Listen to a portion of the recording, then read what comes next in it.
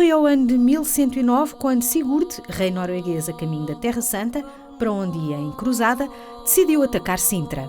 É muito provável que tenha subido pelo rio de Colares, que desagua na Praia das Maçãs.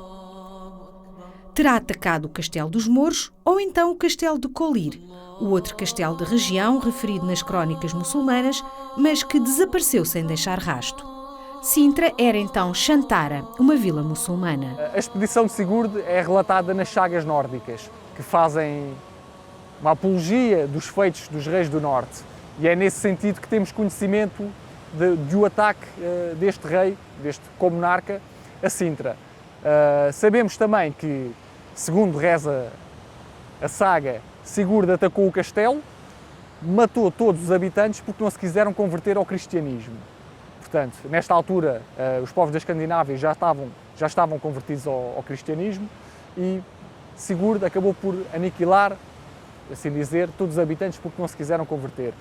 Mas, claro, isto também é uma questão que levanta várias dúvidas, porque as sagas são escritas cerca de 100 anos depois dos acontecimentos, são feitas para enaltecer os feitos dos reis, portanto, há sempre de desconfiar destes pormenores. O assoreamento e as alterações da linha de costa fizeram o rio quase desaparecer, sendo agora apenas um ribeiro, mas já foi um curso de água navegável e isto ainda durante o período islâmico. Subindo o rio, podia-se penetrar no interior do território.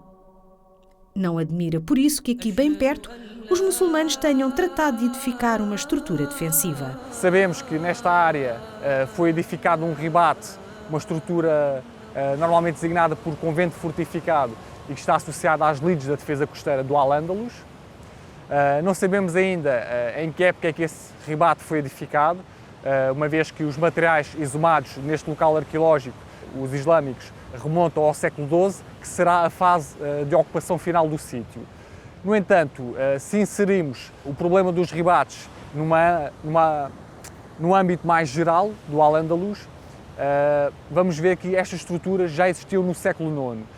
Temos, por exemplo, referências para ribates na zona do Douro, temos também ribates para a zona da Península de Setúbal, isto tudo para a década de 870, portanto, segunda metade do século IX, no pós os primeiros ataques vikings. O termo ribate designa uma estrutura fortificada, mas também está associada ao exercício da espiritualidade e ao combate pela fé numa guerra santa. Tendo um rio que outrora era navegável, que em fusão com o mar permitia a navegação, pensa-se que seria navegável até 4 km para montante, até à zona da Várzea de Colares.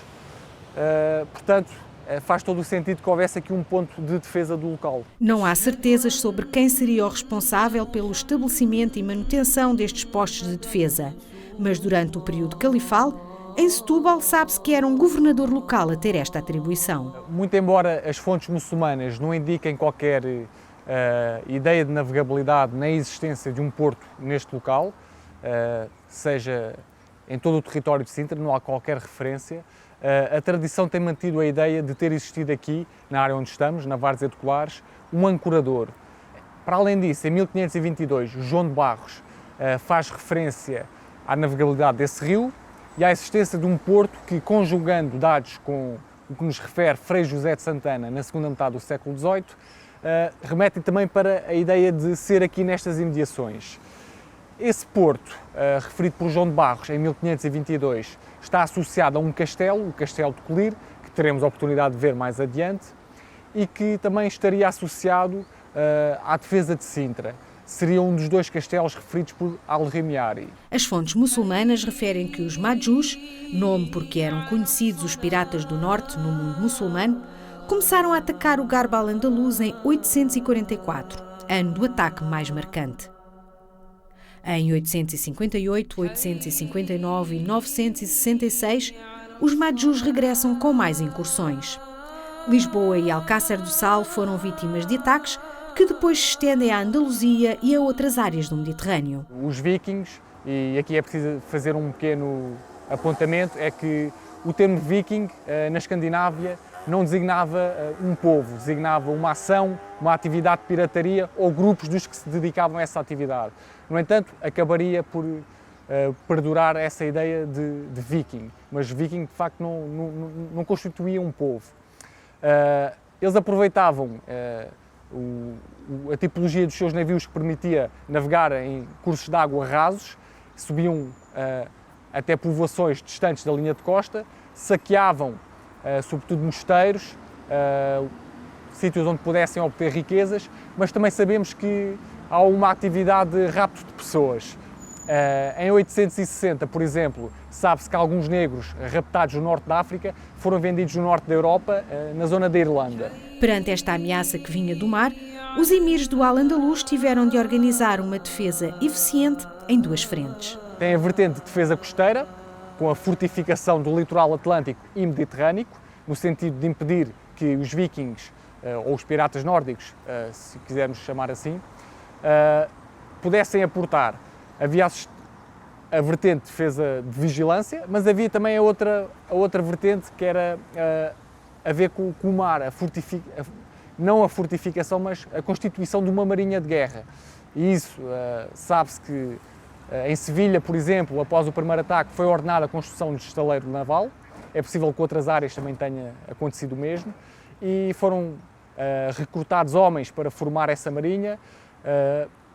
Essa marinha foi dotada de apetrechos incendiários, de mais armamento, de mercenários. Bom, um conjunto foi uma conjuntura em que permitiu de facto fazer face a esses piratas vikings. Há uma hipótese que foi colocada para o caso de Sintra e que está associado ao ataque de Sigurd e que basicamente explora a ideia de o conde Dom Henrique, em 1108-1109, ter sido coadjuvado por Sigurd para tomar o castelo de Sintra.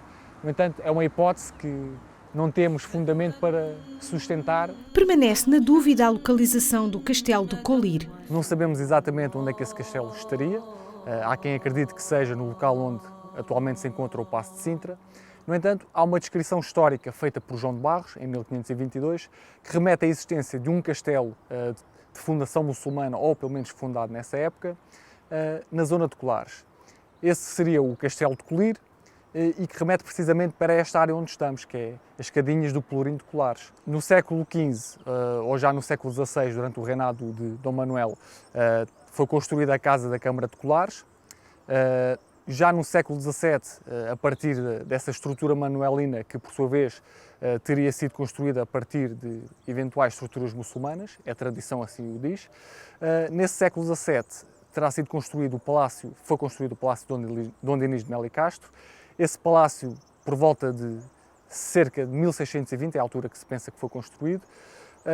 Posteriormente viria a arder, já no século XIX. A inícios do século XX foram demolidas parte das estruturas que estavam ardidas. Foi construída uma escola primária, subsistindo unicamente uma arcaria que ainda hoje temos e que está atrás de nós. Ao que tudo indica, nunca terão sido feitas prospeções nem escavações arqueológicas neste local. Portanto, era bastante importante que se pudesse fazer algo nesse sentido para apurar essa tradição que vem de João de Barros e que depois é continuada no século XVIII por José Freire de Santana. Curiosamente, a própria lenda de Colares fala de um contacto entre alguém vindo do norte e os muçulmanos locais. A lenda da fundação de Colares diz que uma condensa vinda do norte da Europa, fugida ao rei da Dinamarca, aportou aqui no interior de Colares com 2 naus, gostou do sítio, acabou por ficar mediante a autorização do rei Mouro de Lisboa, em troca concedeu 3 colares em ouro e terá sido neste local que terá erguido o Castelo de Colir, do qual derivou depois o nome Colares. Entre o século IX e o século XII, esta linha de defesa costeira entre Sintra e Cascais tinha assim uma importância vital para a presença islâmica desta zona. Situada ao ocidente da Cura Administrativa de Lisboa, Lispuna, então uma importante cidade do Al-Andalus, esta linha costeira era a primeira área de onde se podiam avistar os inimigos vindos do norte. Com os seus postos de vigia em locais altos, era daqui que podiam partir os primeiros sinais de alerta, que se poderiam reproduzir depois ao longo do território e cujo objetivo era chegar a Lisboa e até mais para sul.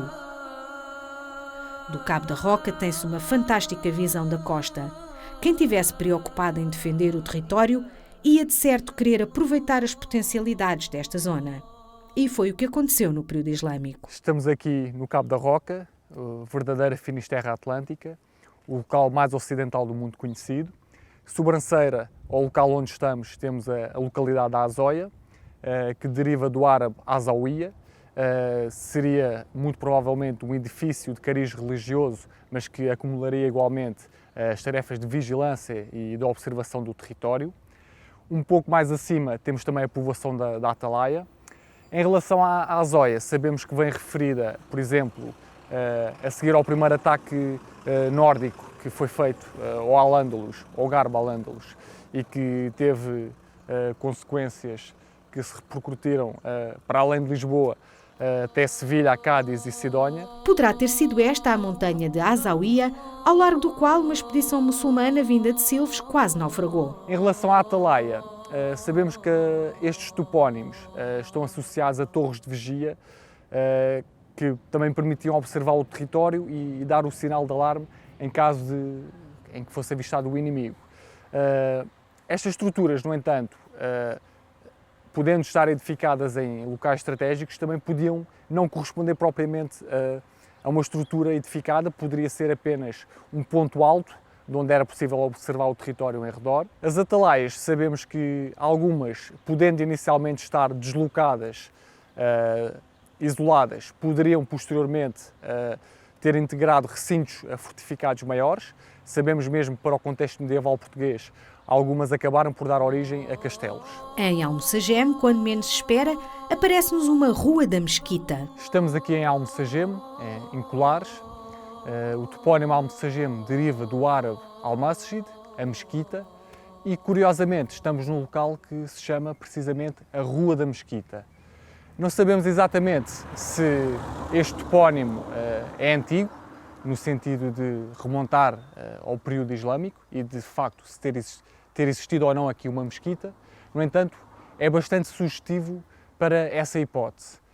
Não sabemos se foram efetuadas aqui prospecções arqueológicas, mas este é de facto um local que deveria ser averiguado. Não é de agora que o aspecto ameaçador do mar da Boca do Inferno impressiona os visitantes. Impressionou também os autores muçulmanos do Al-Andalus que escreveram sobre este local. Alguns investigadores acreditam que a Boca do Inferno já venha referida nas fontes muçulmanas. A situação em questão diz respeito a um trecho presente no autor Al-Qazwini, do século XIII, o qual refere que nas proximidades de Lisboa existe uma grande gruta, uma grande cova, em que o mar entra com grande violência. Essa gruta, essa cova, tem levado os investigadores a dizer precisamente que poderá ser a Boca do Inferno. Nesse trecho em questão não há qualquer referência às imediações, se existia algum tipo de fortificação ou qual a importância desta área para a navegação. No entanto, sabemos que estamos perante uma área que foi importante desde a antiguidade. Atrás de nós temos também a Costa da Guia, uma zona que foi usada como ancorador desde a antiguidade. Temos alguns achados arqueológicos que têm vindo a ser recolhidos, nomeadamente cepos de âncora romanos, que mostram que esta área era frequentada. Alguns dados também da época moderna, como canhões e âncoras, têm sido detectados nesta zona, o que deixa perceber que é uma área usada numa perspectiva de longa duração. Até ao momento não existe nenhum dado que nos remonte, que nos reporte para a época islâmica, mas há sempre a possibilidade disso vir a acontecer.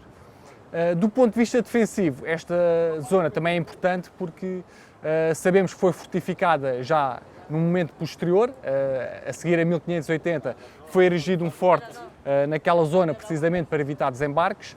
Mais acima de nós temos a Vigia do Facho, uma edificação ainda mais recente, possivelmente do século XVIII, mas que permite pensar esta área geográfica toda num contexto de longa duração, em que antigos locais e possivelmente até estruturas possam ter sido adaptados, reaproveitados ao longo dos séculos. O facto de Sintra estar constantemente mergulhada numa bruma, num nevoeiro que já vem referido nas fontes muçulmanas, é importante porque ter postos de vigia já fora daquela área de nevoeiro da Serra e já no território de Cascais é importante porque acaba por fazer com que seja um complemento e por vezes o sistema defensivo a partir de Sintra acaba por estar, de certo modo, inativo, porque com esse nevoeiro é impossível estabelecer comunicação, e a área costeira de Cascais é importante não só a nível do litoral, mas também um pouco mais para o interior, com postos de vigia, e que vão difundindo sinais até Lisboa. Tendo um porto às portas de Lisboa como este, e sabemos que em finais da Idade Média era bastante importante,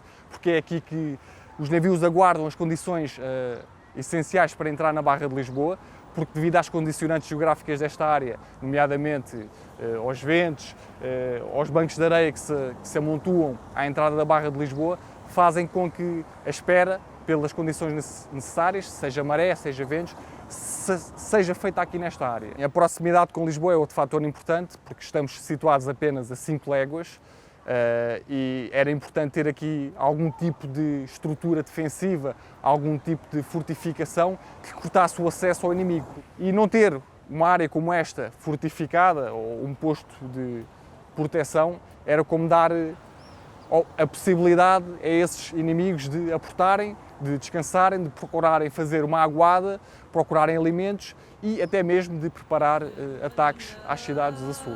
Cascais não vem referido nas fontes islâmicas. O primeiro documento que o refere é de 1282. Temos algumas crónicas do século XV que aludem à aportagem da frota cruzada que veio ajudar a tomar a cidade de Lisboa em 1147. E o que essas crónicas nos dizem, possivelmente baseadas numa memória do século XII, é que os cruzados aportaram aqui e colocam o topónimo Cascais.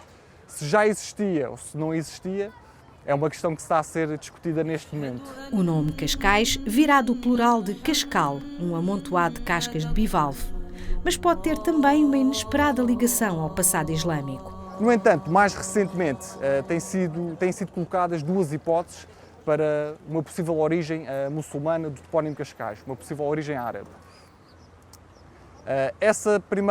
Uma das primeiras hipóteses está relacionada com o almirante muçulmano Rash, um almirante muçulmano que viveu no século IX e cujo nome, traduzido do árabe para português, significa papoila dormideira. Esse almirante esteve associado à defesa costeira do Al-Ándalus e pensa-se que poderá ter tido algum contacto com Cascais. Não se sabe exatamente como, mas possivelmente no âmbito das lides da defesa costeira.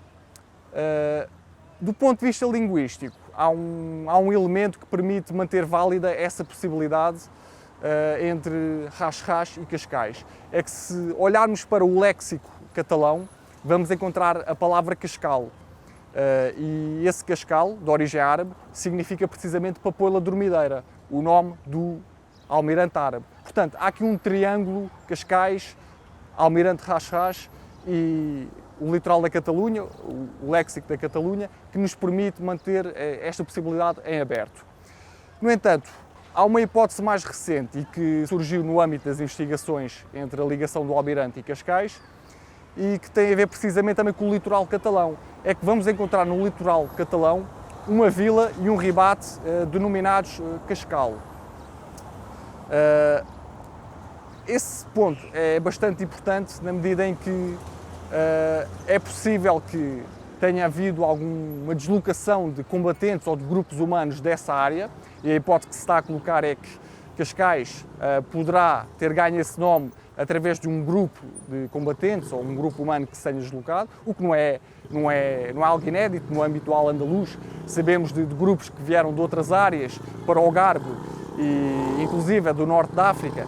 Para o caso de Cascais, podemos dar, por exemplo, para a zona da Malveira da Serra, temos, por exemplo, o topónimo Alquerubim e Alcorvim, que está associado a uma cidade da Tunísia, Cairão, e pensa-se que Alquerubim e Alcorvim significarão os de Cairão.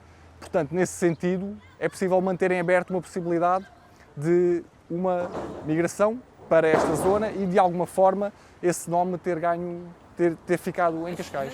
No passado, aqui se ergueria a chamada Torre Moura, que com o terremoto desabou e matou pessoas. Pode ter sido o que restava da fortificação muçulmana. Nós, de facto, temos uma antiga tradição do século XVIII que remete para a existência de uma Torre Moura, mas não seria esta que estamos aqui a ver atrás, seria uma torre que estaria a nascente desta torre, portanto estaria nestas imediações. Essa Torre Moura, durante muito tempo, não se deu grande crédito a essa ideia porque mantinha-se aquele pensamento de que todas as estruturas antigas, o povo costumava remeter para a época dos mouros. Então, durante muito tempo não se ligou a essa possibilidade. No entanto, em 1992, com as escavações que foram feitas nesta área e que puseram a descoberto setárias da época romana, chegou a ser colocada a hipótese de essa torre até poder remontar à época romana. A ter sido uma torre de origem romana ou muçulmana, não se sabe, e tendo em conta que ela ainda era visível em plantas de finais do século XVI e inclusive na imagem de George Brown de 1572, terá sofrido diversas reestruturações, modificações ao longo dos tempos. Tínhamos uma outra torre que foi demolida, mais a poente, uma torre que foi demolida nos anos 40.